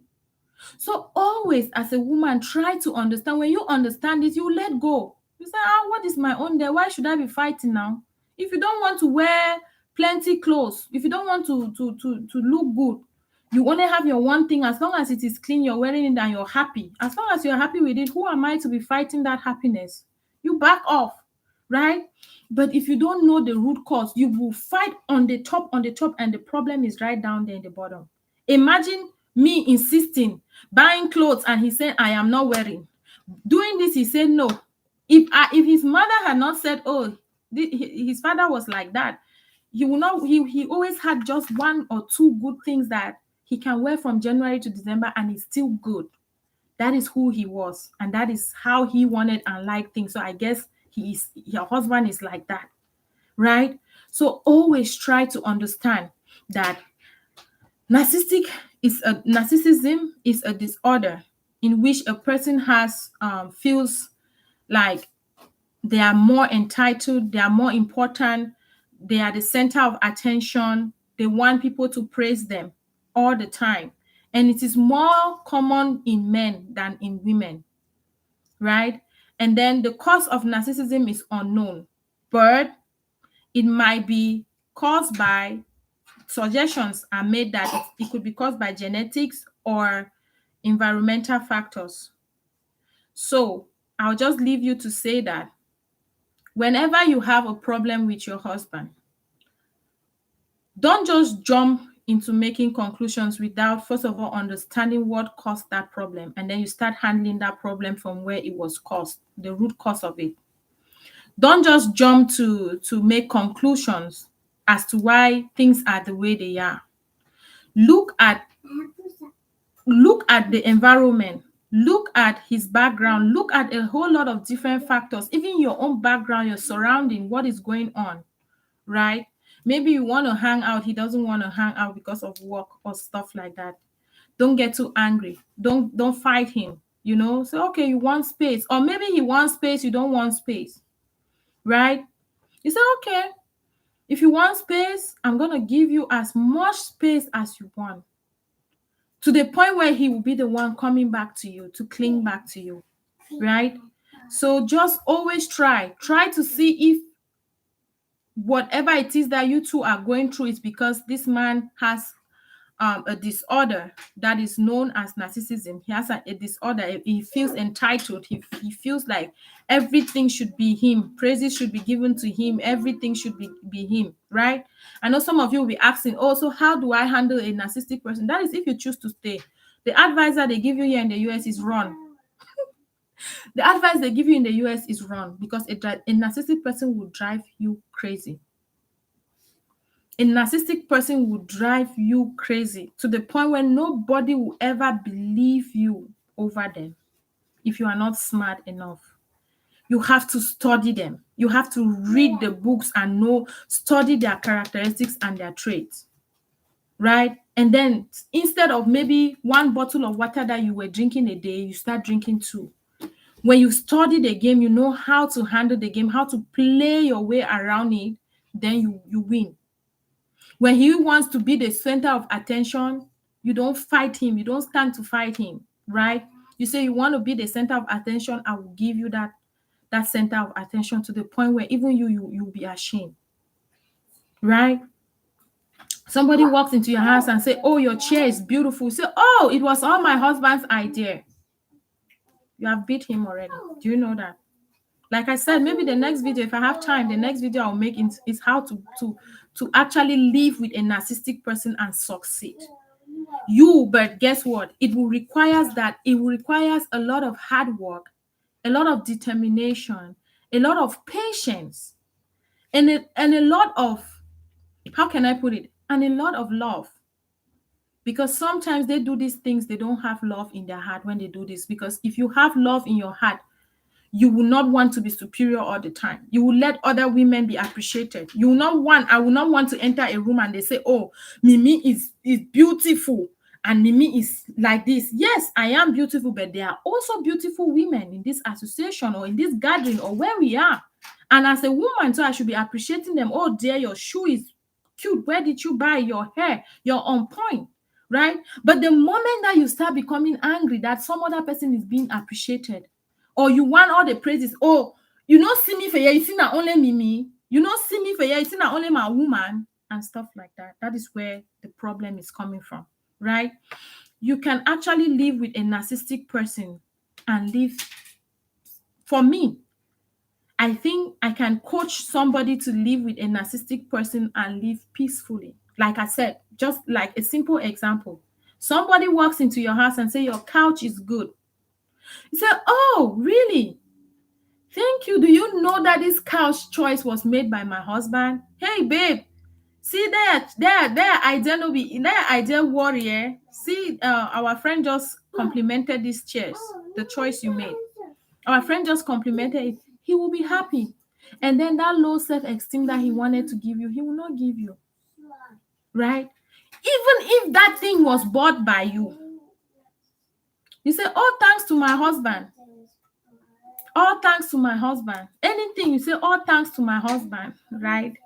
You have already cut. Should I say you have already put him in a place where he will not belittle you. He will not. He has nothing else now on you. He has nothing on you at that point. Somebody enter. Oh, madam, I don't see motorway Yamasa buying for you. Maybe you are the one who bought your car. You say, thank you. Oh, my man did the joke. My husband is not joking with my welfare. Oh. Everything is because of him. Oh, thank God. Oh, I bless God for my husband. Oh, right? Because the moment they come in the house and they start saying, oh, your chair is beautiful, you say, oh, yes, I bought it at Wayfair. I bought it online. It was on sale. And I used my credit card. You're just talking about how you did the things. He is planning his revenge. He is planning his revenge. He will deal with you when those people are gone. Because guess what? You have awoken the part of him that is him to be angry. He wants that praises. Remember, a narcissistic person wants to be praised. And then now, for people to be praising him, you have made them to come and be praising by you. So when they go, it is you that will bet. You just see him out of a sudden, say he's not eating him again. You talk with him, he's just angry. He just maybe leave you and go him maybe to the room or upstairs or go downstairs or do something somewhere, right? So you want to be smart. You want to be 2 steps ahead of him. Anytime you two go out, you make sure that you are not standing around him for people to come and be complimenting you. You stand briefly. I'm not saying you should run away from your husband. No, but there is how you will do it. There is how you will do it that will demand respect, right? You go there, you greet people as you enter the event. You greet people, you tell him, hey babe, I want to say hi to a few friends. I'll be right back. You take off. Because the moment people start coming when the two of you are together and they're appreciating you, he's not happy. And you will be the one to bear he's nursing his anger. He's nursing his revenge on you when you two go back home. Narcissistic people don't forgive easily. If they have to forgive, it has to be a condition. They will put a condition on that forgiveness. They don't forgive easily. So when you figure them out, know the way to go about it. Be smart. Don't let them do the same trick. You say, oh, not this time. I know what you're doing. You want me to beg you to eat? No, no, no, no. I'm not gonna beg you to eat. The food is ready. I have done my part. If you wanna eat, you eat. If you don't wanna eat, you're not a baby. The only people I can beg in this house to eat will be our kids and not you. You are a grown-up man. And the only time I will beg you to eat is if you're sick and you really need that food to be in you so that you stay alive for me and the girls or the kids. Other than that, I'm not begging you to eat. You're a grown-up person. I have cooked. I have done my own part. Yes. Would somebody enter this house and say Miranda did not cook? No, there is food. It is your choice not to eat. And if you think that you not eating is hurting me, it's not hurting me. It's hurting your intestines. No, it's not hurting me. There are so many things that women have allowed or tolerated in their marriages that it is now hard for them to begin to reverse and break. I have counseled a woman who said, Mimi, I beg my husband every time when we quarrel to eat. I said, why are you doing that? You started it from the onset, so you go finish that fufu. I can give you fish to finish that fufu. You go finish them. Or you take a very hard decision and you show him tough love. Because I don't think he has ever begged you to eat. He said, no, the one time that I tried, he laughed. He said, if you like no chop, say I can't beg you, I will not beg you. Right? So I'm just begging you all ladies out there. Whenever you have some consistency in your quarrel or your fights or the problems or the troubles that you're crying before God for change for your husband, try to sit down, reflect. Try to look inside your life, look inside his life and see what, not a few days, but yesterday actually. He said he doesn't want to cheat on his wife. Somebody had told him to contact me because he said the person shared a video that I made on EC with regards to cheating. And he watched that video and then he wanted me to talk to him because he does not know what is going on. He said the reason why he cheats on his wife is because when he was growing up, the house where they were living, the man that he was living with, actually he does not know his father till this day. The man that they were living with, or his mother went and left him to grow in that house, was always cheating on his wife. And the woman was not saying anything. So when he got married and he started cheating and his wife was complaining, it was just confusing to him, you know. So I was asking him, I said, okay, have you ever thought of your wife doing the same thing to you? How would you feel? Will you be quiet or will you also complain? He said, oh, I've never even thought about that. You know, so sometimes I say, okay, you have to, now that you know that you're doing it because you feel that the environment where you grew up was good, what are you thinking? What are your intentions in making your wife happy? What are you thinking of doing to make that marriage work for the two of you?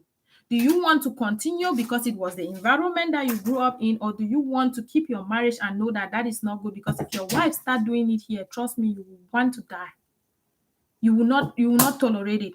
All these years that you've been doing it, and then the 1 year that you have decided that you want to stop, let it actually be that it is the year that you have come to your senses and say, yes, my wife deserves better. And you are so lucky that you have done HIV test 3 times now since you stopped. You are negative. God has preserved you so that you can use this your mouth to tell other men to stop doing what they are doing. In the name of my environment permits me to do that. As he was telling me, my environment permits me to do that. But how do I break out of it?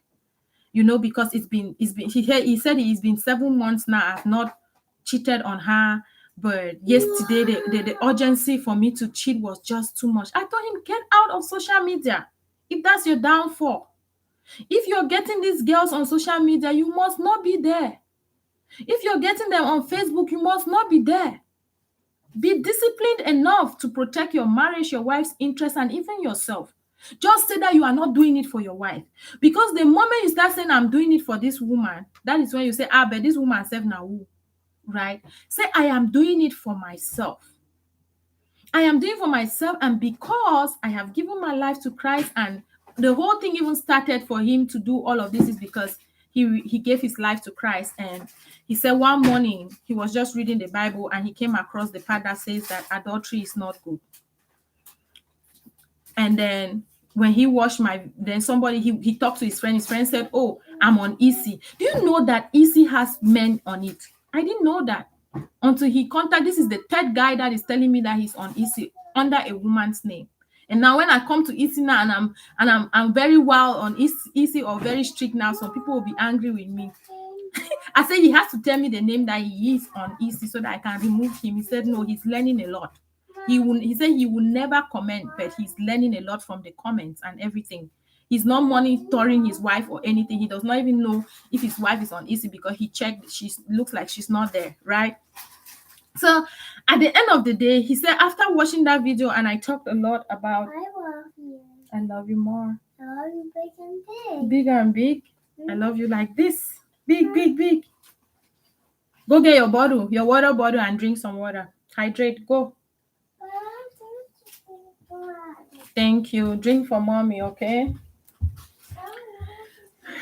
That's little Miss Avery. She's home with me today. She didn't go to school because she had a fever.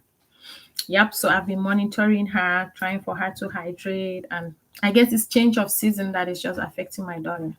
Yeah, we were at the hospital yesterday, but all the tests they did was negative. Flu, strep throat, COVID, all of it negative. So the doctor was like, just monitor her. I think it's change of season or something. So that's what we've been doing. But today has really been good. She has eaten well, played around well, disturbing me here and there. Yeah, so little Miss Avery is gone now to go get water to drink. So I told him, I said, you have to make the choice. You read that Bible portion, then you watch my video. He said, when he watched my video, there's a part where I talk on that. The video is there on EC. There's a part on that video where I talk about when you have sex with multiple people, you actually absorb these people's spirit, and then they start fighting your wife's spirit. Sometimes I think every woman needs to watch that video. I was just inspired. Even me, I have to go back and watch that video to understand more of the things that I said, So sometimes you just get up and you and your husband, you're fighting over things that you don't used to fight about. My dear, start praying. That new spirit that has been introduced in your home that is now fighting, those things that you two used to agree on, now has become a disagreement. You're wondering. Hobby that used to like blue is now liking yellow more than blue. You're wondering, like, what is going on? Hobby that his favorite soup was rice and stew is now telling you that it's draw soup that you used to cook draw soup, and he will tell you that he does not like draw soup. What is going on? Try to always understand what is going on. When you figure out what is going on, you'll be able to handle or deal with that situation without any problem. Like ABC, marriage is not easy. You have your background, you have your own genetics. He has his own background, he has his own genetics, and the two of you come together, right? And when the two of you come together, guess what? You make a lot of mistakes. Myself here, I don't like to do dishes, but hubby likes to do dishes. He does not like to mop the floor, but I like to mop the floor, right? So most times when he's doing dishes, I'm mopping the floors. Most times when I go to bed with dishes in the sink, when I wake up, it's gone. He has washed them, because we are now understanding that where he is not efficient, I am. Where I am not efficient, he is. When you begin to understand some of this, it was hard before getting to the level where we are now. It was hard, and I'll tell you that it is still hard. It takes a lot of patience, a lot of prayers, a lot of tears in the presence of God, right? A lot of talking, a lot of getting angry. But at the end of the day, you ask yourself, what do I want from this? It all comes back to what you want from out of all of it, of you two being together. What is that thing that is keeping the two of you together? Is it the children? Is it your marriage? Is it because you have not yet figured it out, even you're still trying to figure it out, right? So I just want to encourage you, like I encouraged that brother the other day, yesterday, right? I told him, I said, it is time for you to make a change for you. I don't want you to make a change for your wife. The moment you start saying you're making that change for your wife, you will find yourself doing it again. But when you say, this is me, I have chosen to do this for myself, and because I fear God, at the end of the day, you will bring joy to your wife because you love yourself as you love your wife. Right. But if you bring your wife into the picture, there will be temptations that will come in your mind and say, oh, that woman, do you even think she deserves it? The other day she told you your head is big. The other day she disrespected you. The other day she insulted you and said you are not man enough. A lot of those things will crawl in. But when you say, I am doing it for me, not for him, even if you choose to stay with a narcissistic person, you say, I am choosing to stay in this marriage with this narcissistic person for me and not for him, right? That alone will give you a sense of understanding how to handle or how to deal with some of those his narcissistic characteristics that he will be portraying out there. When he talks bad about you to his family, you don't have to prove a point to his family. You don't have no point to prove to his family that you are right or what he's saying is wrong. No, you just keep your cool and do only what you have to do. Guess what? When you meet in family gatherings, you just do what you have to do. At the end of the day, he will be the one ashamed. At the end of the day, he will be the one ashamed because guess what? They will be watching you to see those things that he said about you. And when they don't find you doing those things that he had told them about you, right? They now know who he is. They say, but we have looked inside this woman's life. We are not seeing all these things that our brother said about her. So he is the problem. But when he is dramatic and you're dramatic, that's where they believe him now even more than you. But you keep your cool. If he tells his family, oh, my wife does not want me to give you people money, when you know very well that is a lie, you don't have to prove a point to any of them. Somebody even in his family comes to tell you that, you say, oh, really? All right, thank you for letting me know. I think we have to work more about we have to talk more about this, myself and him, to see how we can help the family. You blush it off, but you know very well that that is the same person that you have been begging to be given. He put his mother under a monthly income, but he has been refusing. But he has gone and used your name to make it look as if it is this woman that has stopped me from helping you people, right? You don't have to prove a point to nobody. You don't have to call people to say, oh, I have heard that he said that I'm not giving money or because he's not giving you people money because I told him not to, or because of this, because of that. No, no, no, no. Don't prove no point to nobody. Just let things be. These people are also watching. They are seeing what is going on. At the end of the day, he will be the one to sell himself out, because when they look at all these things and they find you not guilty, what happens is that even they themselves, they'll be the one telling you some of the things that he has been saying about you, right? Two wrongs can never make a right. If hobby is dramatic, don't be the dramatic one. Don't join him. Don't join him. When you join him, nobody will see that he is dramatic. They will see by your own, because you have joined him when his own has ended.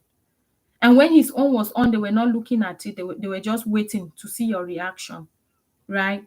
So always know that these narcissistic people also they feed on reactions. They do things to you so that you will react, and then you will show your anger, and then they will be happy. They like it when you are angry. That is their best time. When they make their wife angry, ask yourself a question: why is that my husband is at his best when I'm angry? It's because he's a narcissistic person. He feeds off of your anger. Your anger makes him happy. That's a mental problem, right? Because you cannot be happy when your wife is sad. Your wife is going through pain. You cannot deliberately hurt your wife and you're happy. You cannot deliberately want to people to praise you all the time and not praise your wife or compliment your wife, and you think that it is okay. It is not okay. You're sick. You should seek psychology help or whatever, mental help or something, because that is a disorder that you have, right? So I'll just encourage you ladies here, those of you who are watching now and those of you who watch In the year 2025, whenever it is that you're going to come across this video, I'll just tell you to always look at your husband's genetics, his environment, and ask yourself questions like, why is he behaving the way he's behaving? What are the causes, or what is causing my husband to behave the way he is behaving? Look inside his family, um immediate family, extended family. Look inside, then look inside his friend circle. Sometimes even these men will behave like this because of the kind of friends that they have. They will not even care, though. Some of them will put their friends over you. They would rather go and kick that football, broke their leg, and sleep in the hospital, and you take care of them, than listen to you that don't play, stay home, rain has fallen, or your age right now, you are 45 right now. If you broke your bone, it will take a longer time for you to heal. You are no longer a kid where if you broke your bone, it will heal. They will not listen to you. They will rather go and play, or rather go and drink with those friends, and whatever wants to happen, let it happen, right? Sometimes these friends, sorry, my ladies, my computer is telling me to plug it in before it goes off. I should have done that when I started. There we go. Sometimes these friends too also play a role in the lives of your husband. That is why you want to make sure that you're associating with those friends who actually value marriage. My circle of friends, if you don't value marriage as I value marriage, I'm not hanging with you.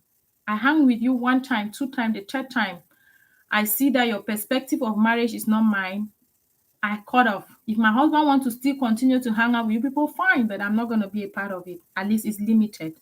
It's not all of us together in it, right?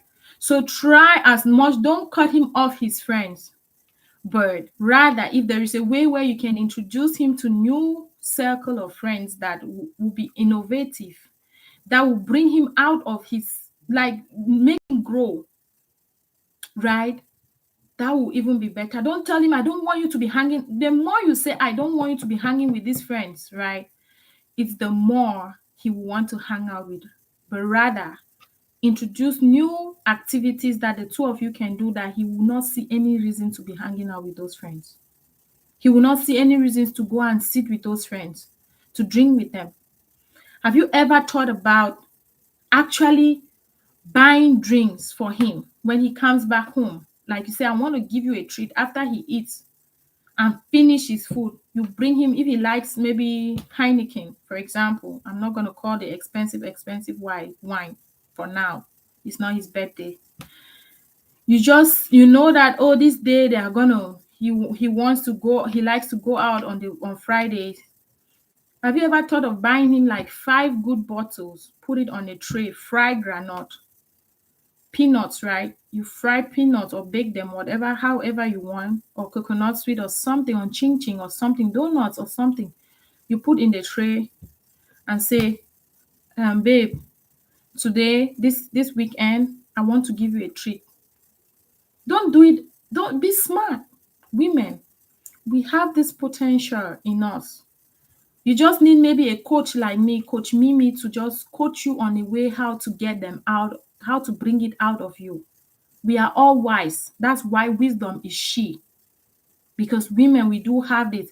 But circumstances, the things that we have gone through has suppressed some of this, our wisdom, or some of this, our understanding. Say, hey, babe, this weekend, I want to give you a treat. You're starting with this beer. When you finish, we are going upstairs. 5 bottles, right? When you finish, we are going upstairs. Then for tomorrow, I have scheduled you for a foot massage. I'm giving you a foot massage in this house. You don't need to go to the salon if you don't have money. You can do it yourself, mama. These are things done by wise women. Esther had that wisdom in her. When you compare Esther and the other queen, what's that queen's name that the king called her and she was too proud? I learned a positive thing from that queen that was proud. What's that her name? I learned a positive thing from her, and I also learned a negative thing from her, right? Every circumstances, I look at the good side and the bad side of it and pick what I can pick and leave what I can leave, right? And I don't force my ideas on people. Pick what works for you, leave what you can leave. In all of these things that I have said, I have given 8 points and maybe more. Somebody might have picked just one. Somebody will pick all. Somebody will not even pick any. It's still okay. That's life. Because what works for you might not work for me, and what works for A or B might not work for you and I, right? Or we can still have things that work for both of us, right? But it's also always good to give it a try as a woman. Don't just hear that this thing work for this person and you just say, oh, that's your own husband, it cannot work for my own husband. Give it a try. Then if it doesn't work, you say, no, I don't try, no work. Okay? That's the secret. That's how I do it. I don't just say, oh, what works for you may not work for me. I try it. If it doesn't work, then I say, actually, this was not my thing because I have given it a try and it did not work. Instead of saying, don't go out and hang, oh, you go hang out with friends, with James, Peter, and John again. No, when he comes back from work, you give him that food that evening. Brings 5 bottles of his favorite drink. You know it. It's your husband. Bring him some peanuts. If you have like a CD player or Netflix, you two Netflix and chill while you're eating. Maybe you know that he likes action movies, right? You put on an action movie, or he likes football. There are CDs now that they sell out there that burn CDs or football CDs or TV channels that play football. You let him have that night, that weekend. You just tell him that this weekend, I'm giving you a treat. The next weekend, he will be expecting another treat. The next weekend, he'll be expecting another treat. Even if he's not expecting another treat, the next weekend, you can just do some fried chicken for that evening. No cooked chicken only on Christmas or on Sunday or to give your guests. You and him need to be enjoying it. If you can. I'm saying in a place where you can. The next weekend, you fry chicken and add to that beer that you gave. Maybe this time 3 bottles of beer, and then with that fried chicken or ishewu, whatever it is that you can give by the side, maybe pepper soup, some hot sweet pepper soup. And then Saturday, that was Friday evening, right? You think that after he drinks that 5 bottles of beer, what would take him and go meet his friends? And then he's watching that TV channel that you have put. You ask him, do you want me to stay by you while you're watching, or you just want to enjoy it by yourself? And he was staying there with him, and you're just rubbing his tummy and his body is sweeting him. Or just touching his head or his ear. You know those places that you will just put your hand and he will just feel like a king. Stop fighting over what you can just fix. I know that sometimes these men will drive you crazy. Their ego can never bring them to say, I am sorry. We will still be the one. But remember that a wise woman builds her home. A foolish one tears her own down. Women will not come like I'm telling you right now to tell you that these are some of the things that they do in closed doors. You will see them. They will say, oh, that marriage is hard. But they are counting years, 15 years, 17 years. You will see them. The husband, you cannot touch his wife. You cannot, he's respecting her. You are wondering, but this woman is saying this man is evil. This man is this. But how is it possible that when they come out in public, the way he behaves, the way he defends her, these are some of the tricks that these women will do. They will not tell you. It is like that story that one said, let's kill our mother. The other one say, or our husbands rather. The other one said yes, and actually killed her husband when the other one went and killed a monkey and brought the blood and stuff like that, right? You have to be a smart woman out there. A wise woman builds her home. A foolish one tears her own down. You don't want to hang. He doesn't want to hang with. You don't want him to hang with friends. Create an environment where he will see reasons not to hang with those friends. Okay, you don't want him to hang with friends. It's Friday. What will he be doing? You'll be nagging him. You'll be complaining. You'll be shouting here and there, right? Create that environment. While he's eating that thing, and after he samples that 5 bottles of beer, when he got back from work, you gave him that good food. After he finished that 5 bottles of beer, he's tired. He's looking for the bed to go and sleep. He's looking for the bed to go and sleep. Guess what you have stopped? You have stopped him from being exposed towards other women who are out there in those bars looking for men. Right? You have stopped him from also getting an accident maybe on his way to the place or on his way back home. You have stopped him from getting drunk. You have become a smart woman. And then guess what? His heart is going to be very pleased with you. Remember how Mordecai told Esther what to do to the king. This is what I'm telling you to do to your own husbands.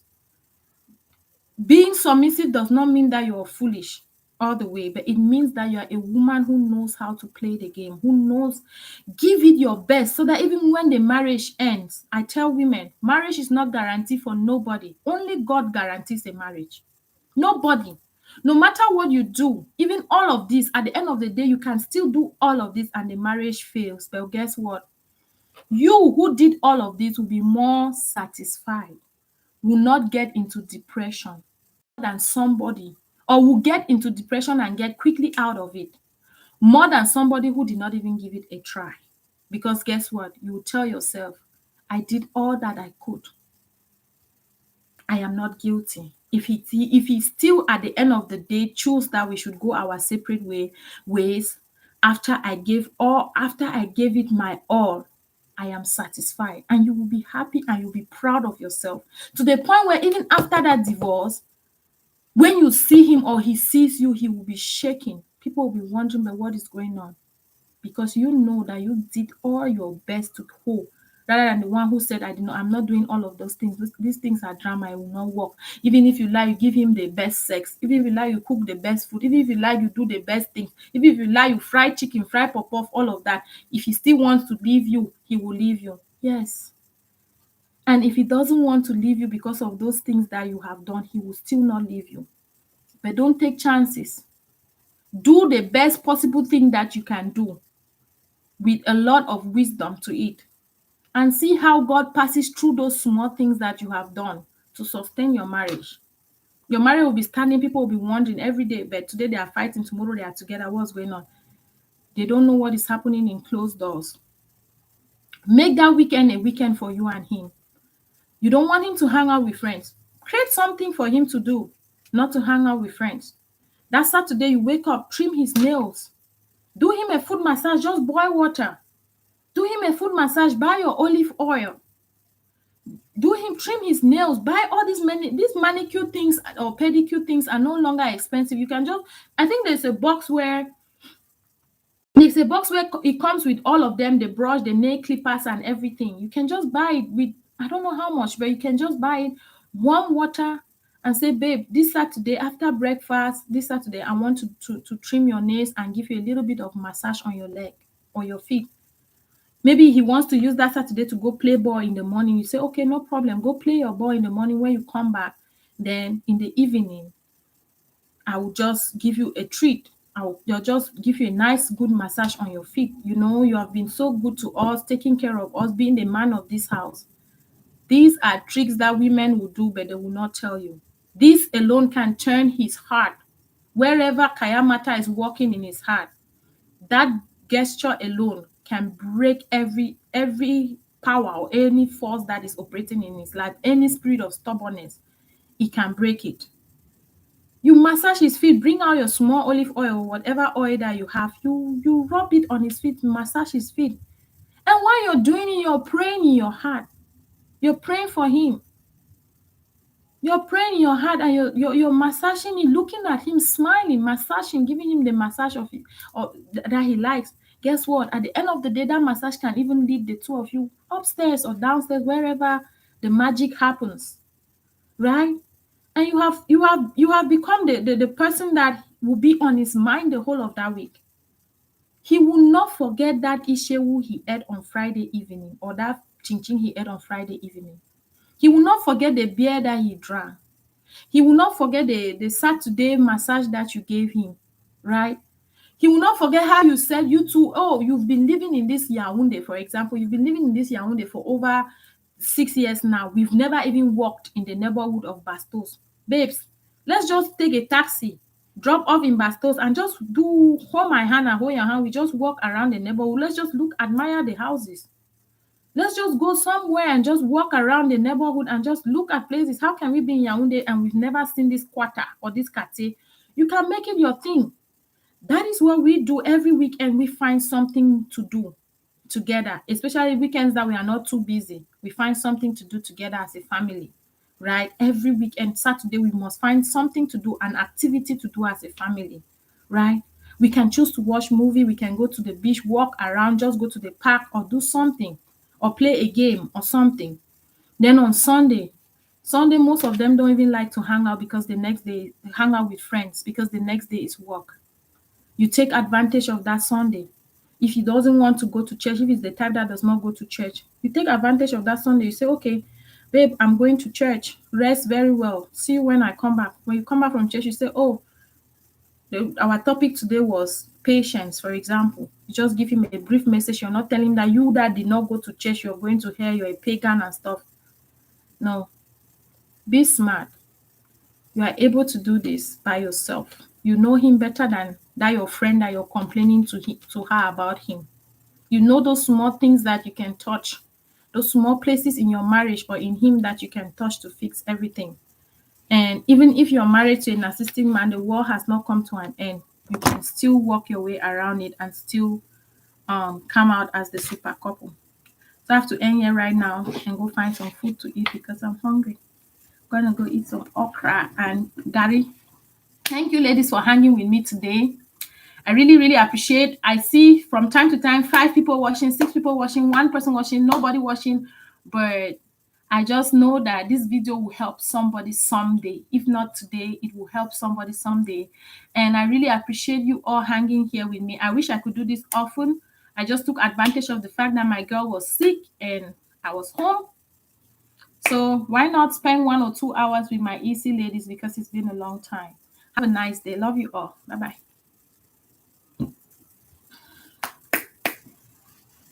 Bye-bye. Bye-bye.